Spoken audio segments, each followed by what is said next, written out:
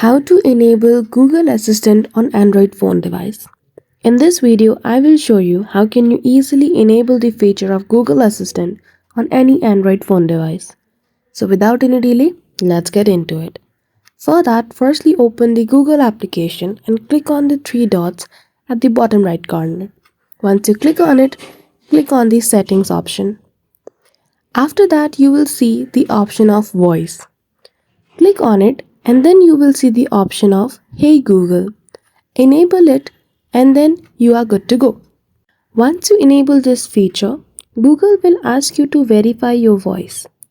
Either it can ask you to say Hey Google or ask you any question.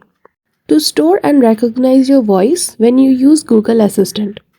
And that's all.